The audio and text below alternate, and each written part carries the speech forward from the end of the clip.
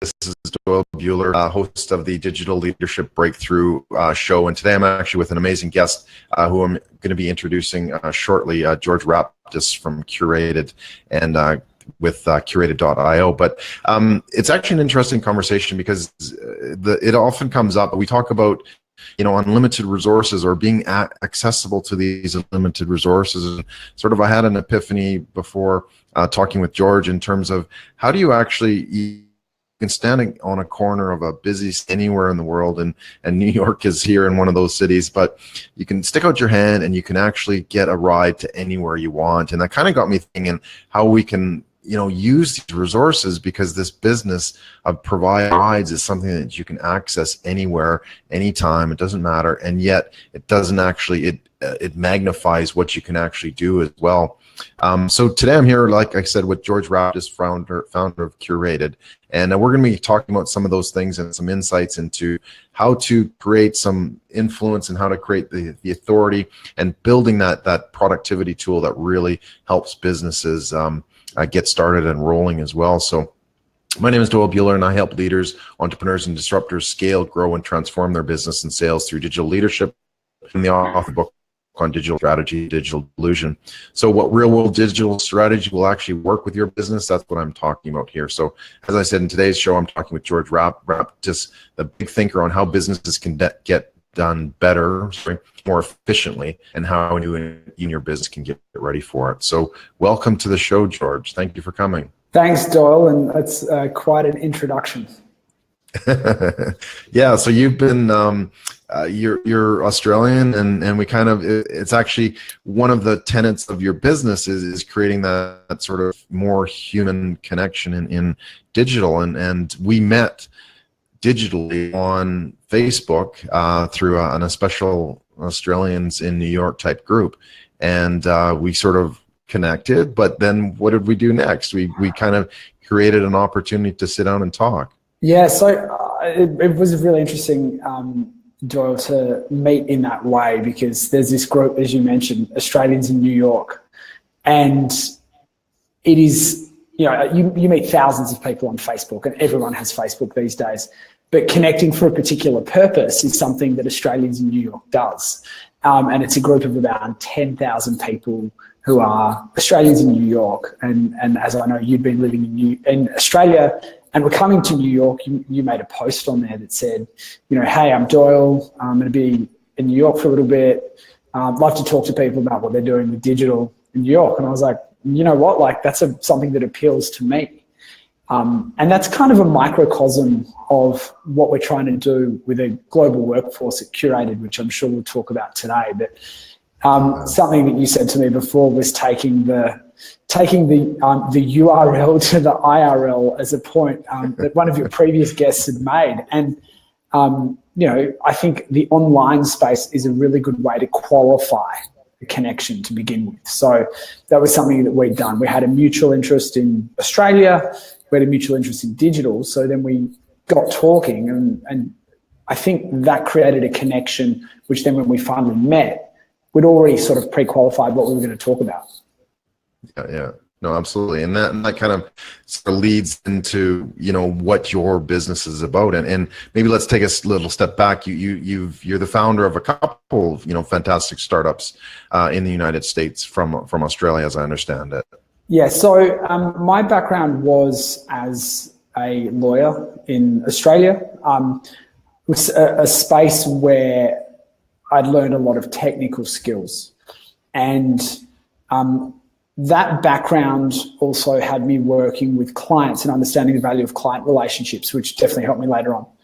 I then was lucky enough to be a part of a launch of a fintech business in San Francisco, which was founded by a friend of mine, Stephen Dash, and that's called Credible.com. And that for me was sort of my entry into the US and startup life, and also San Francisco tech life, and understanding what that was all about. And those early days and being involved in a startup really early on helped me to understand kind of the pain points that a startup faces when trying to get its name out there, and also when trying to sell a product. So for a little bit of context, that business was focused and still is on consumer loan products, in particular student loans.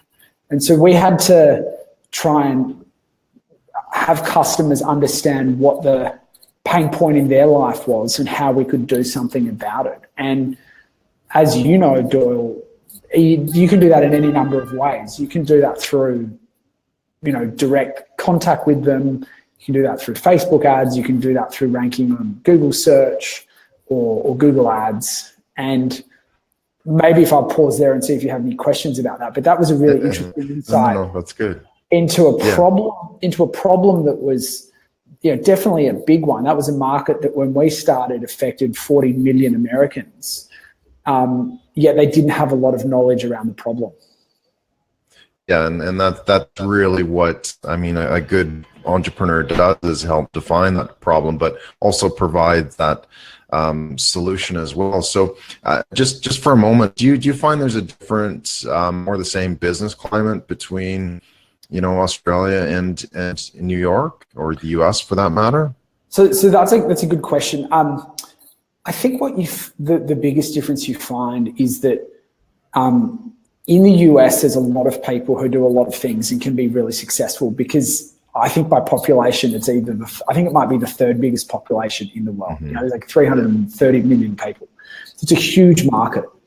In Australia, there's only 25 million people. And so we have a lot smaller market to play with. And therefore you kind of have to be good at a lot of things, if that makes sense, in order to resonate in a particular market. The example that I used to give people before I moved to the States was there was a time when Apple iPad and Microsoft Surface were competing against each other. And in the United States, even if the iPad had 80% of the market and the Surface still had the other 20% of the market, that was a big enough market share for the Surface to warrant the amount of money to spend on research and development and building that sort of product. In Australia, you typically find that because the population is so much smaller, it's actually not that worthwhile having a sort of competitive market like that where you can actually make a return on investment. So I would say that the biggest difference is the opportunities that are afforded in the US. Again, I use the statistic that I spoke about with student loans. At the time that I was involved in that business, there were 40 million Americans that had that. And as you know, that's the population of Canada alone. And that's just one segment of one product market. So I would say size is probably the biggest thing, and reward on risk is probably a lot bigger in the US as well. Yeah, cool. So, all right. So you went through Credible and how you sort of finding that pain point. And then obviously you had some inspiration, some moment, some singularity that said, hey, wait a sec, what's going on? How did you get started to say, hey, there's another pain point here. There's another problem that I feel that I need to solve here. Yeah. So, and that's going to Curated, right? Is that? Yes. Yeah. So when I was involved in building Credible, we found that as a company that was moving fairly fast, that required a bunch of different skills, that there wasn't really somewhere to go and look to get particular projects executed that other than freelancer websites. And for us as Australians in the US market, not having a huge network of people, we found that there were pain points around knowing who to spend our limited resources with in our early days. So that was kind of the first pain point. The second realization was that I actually moved to New York City, and I was sitting in a co-working space that I'm actually sitting in right now. And there were all these people around me who clearly had the means to be renting an office space and were clearly coming every day to work, but I had no idea what they were doing. And when I started talking to them, there was this kind of realization that there are some really skilled people here that are building companies and building teams. And I'm talking more the boutique agency space. So an example is a guy we spoke to who used to work at a big global marketing and advertising agency who took one or two of his colleagues and said, hey, you know what, we think we can do this too. And one of the first problems they were telling us was, we might have office space and we might have a brand, but we've got to build our network of clients up again. And there were a lot of companies like that, yet we didn't know who was actually good at what they did. And they didn't really have a way to differentiate themselves because they didn't have the means of, say, a big agency that they were used to. So it was kind of this pain point of a client that didn't really know who to go to, that I'd experienced firsthand. And then the talent, what we call agency talent at Curated, that had developed a really cool concept and skill base for a business, but found it really hard to get out there and get their name out there. So that was the pain point that we started with. And so from that, you talk a lot about sort of bringing that human side of the freelancer websites where, yeah, it's really becomes just or it is rather a commodity that, yeah, you can hire this person for that, but are you really kind of able to work with that group or that person or that agency for a long term? So how do you actually, like you call yourself Curated, so what does that imply? What does that actually mean? Yeah, so a really good point that you made, Doyle, is around the existing freelancer market. I think that anyone that takes a risk on their career and says, hey, I want to do this, I want to attack this opportunity to focus on what I'm really good at, should be rewarded accordingly. And typically what's happened with the existing business models that service, in particular, the freelancer market, is that it's a highly competitive, often a race to the bottom in terms of dollar value of projects. And the globalization of the workforce means that people are often happy to pay half as much offshore than they could in the United States for a particular type of work. And then we've seen time after time after time frustrations that clients have had with that particular model because they actually didn't know where to start in the first place, and they thought that a self-service website would be the useful way to do it. Curation, by its very nature, means to handpick something, to know what you're talking about, and to present something in its best light or present the best options. And so what we've done, our business model is to say, look, we're not going to give you thousands of options. We're not going to talk to you about, we have 5,000 web developers that could do this work. We're going to find you the sort of 5 or 10 best and get them to present options based on your preferences that you tell us. So you might, the typical process through Curated is a client will post a project on the site. They'll then be directly communicated with, which is, a huge part of what we do, which is we call ourselves a human tech business, which means, technology is really used to supplement the human relationships. And so we say, okay, well, let's talk to this client. Let's find out if what they've told us is exactly what they need, or even if they understand what they need. Let's really refine that need. And then let's take it to our workforce, or our what we call agency talent, which are these small boutique companies, or they could be freelancers who have aspirations to grow a bigger company. And let's take it to them and give them the opportunity to, present themselves in the best light too, almost like a business development tool. And then when the client's ready, they are connected through us, and they have the ability to ask more questions and really get to know those people. So it's not kind of this weird online message system, but we encourage them to meet up if they're in the same city. We encourage them to get on phone calls. And really, curation is about not only the introduction process, but encouraging everyone to get to know each other better. Because as you know, and as we know in just meeting, that if you can find out a lot about a person before you establish that relationship, chances are that thing's going to work better than if you just had to find someone randomly, like through a classified, what's essentially a digital classified ad. Actually, yeah, that is kind of neat, because that really is the essence of it. And I think that's where a lot of businesses have had that challenge, is that they might have hired somebody and kind of spread that word, offshore and outsourcing and all that kind of stuff.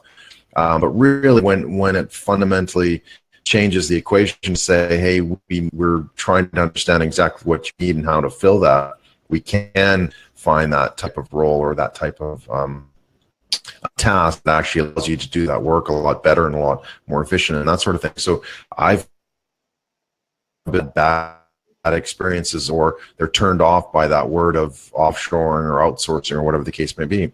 It really sounds like you're bringing a sort of, you're bringing up everything a notch to say, okay, well, yeah, you can hire your freelancer, but are you really kind of building a relationship? Are you really kind of building a longer term business as well?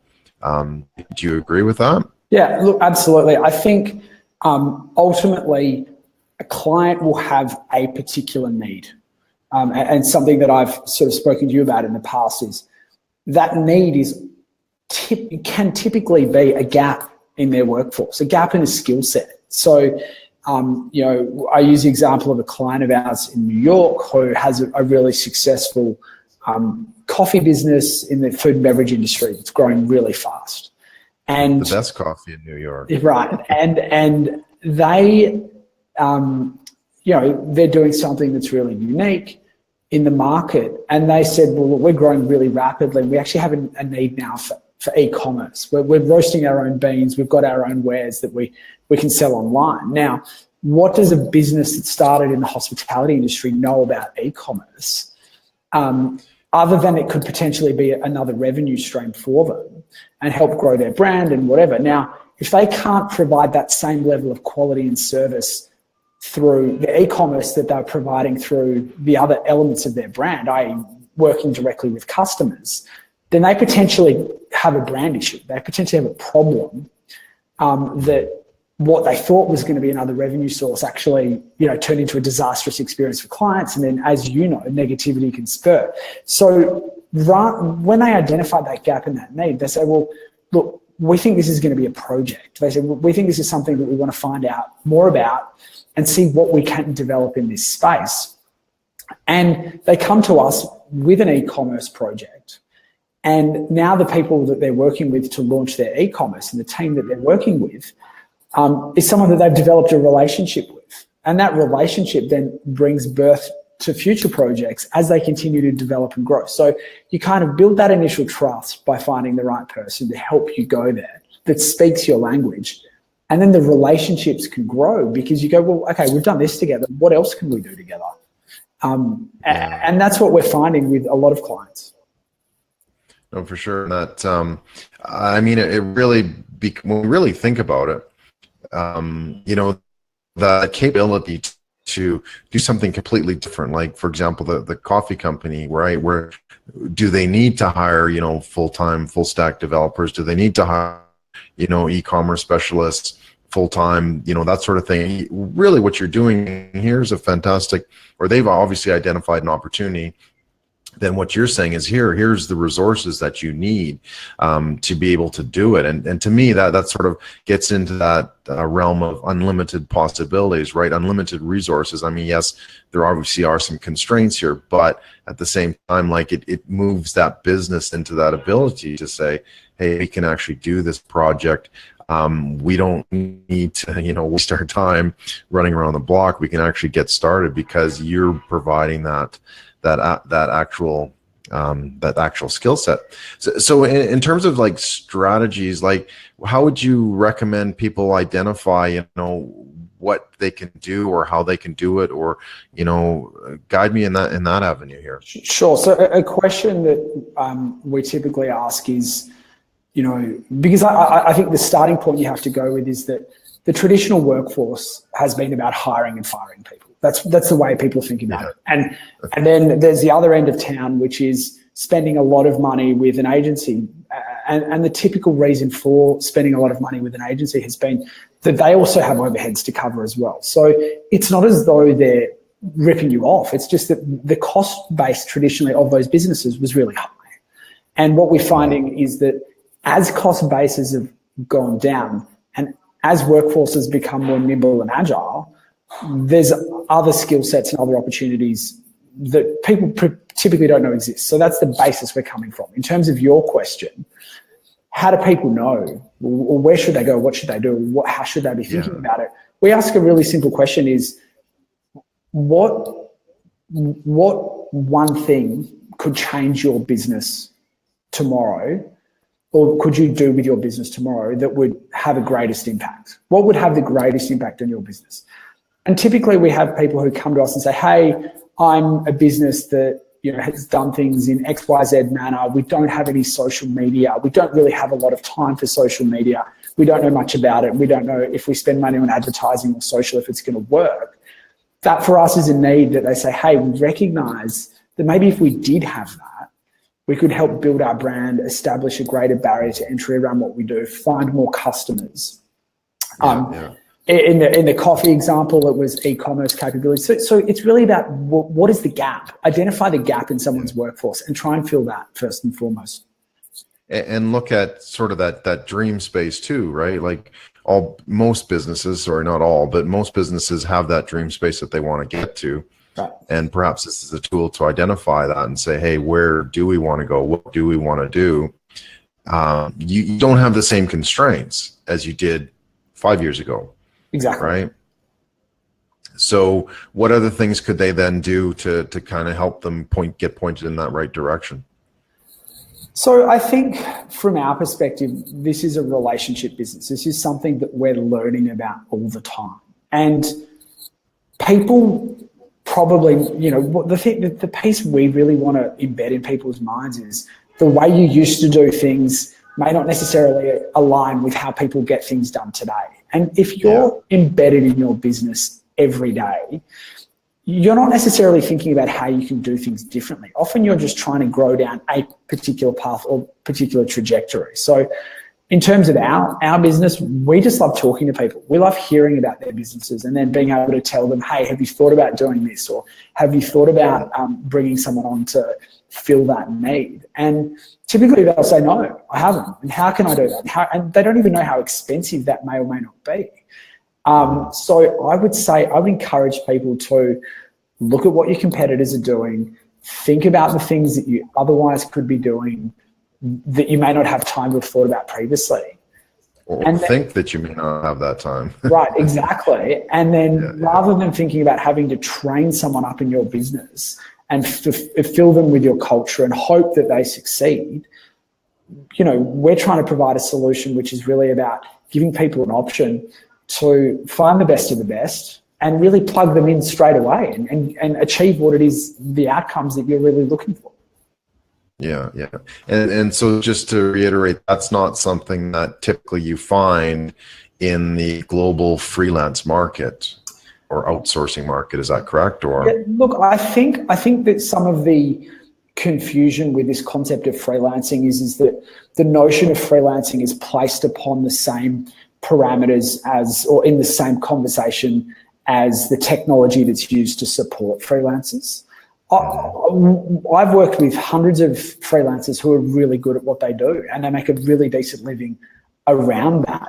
What we're saying is that we've identified a gap in the market which is somewhere between being a full-time professional and somewhere between a full-time freelancer, which is people that are leaving the professional workforce and starting their own boutique companies whose only business development or connection or client relationship tools are those freelancer websites. And so when you're competing like that every single day for what are typically lower value projects, you don't really have that kind of human technology element that we're trying to create. So absolutely, we're not trying to solely serve a freelancer market. We're trying to find people who say, hey, I'm really good at what I do, of which there are many freelancers, but also I have an aspiration to grow a business or bring a team of people together.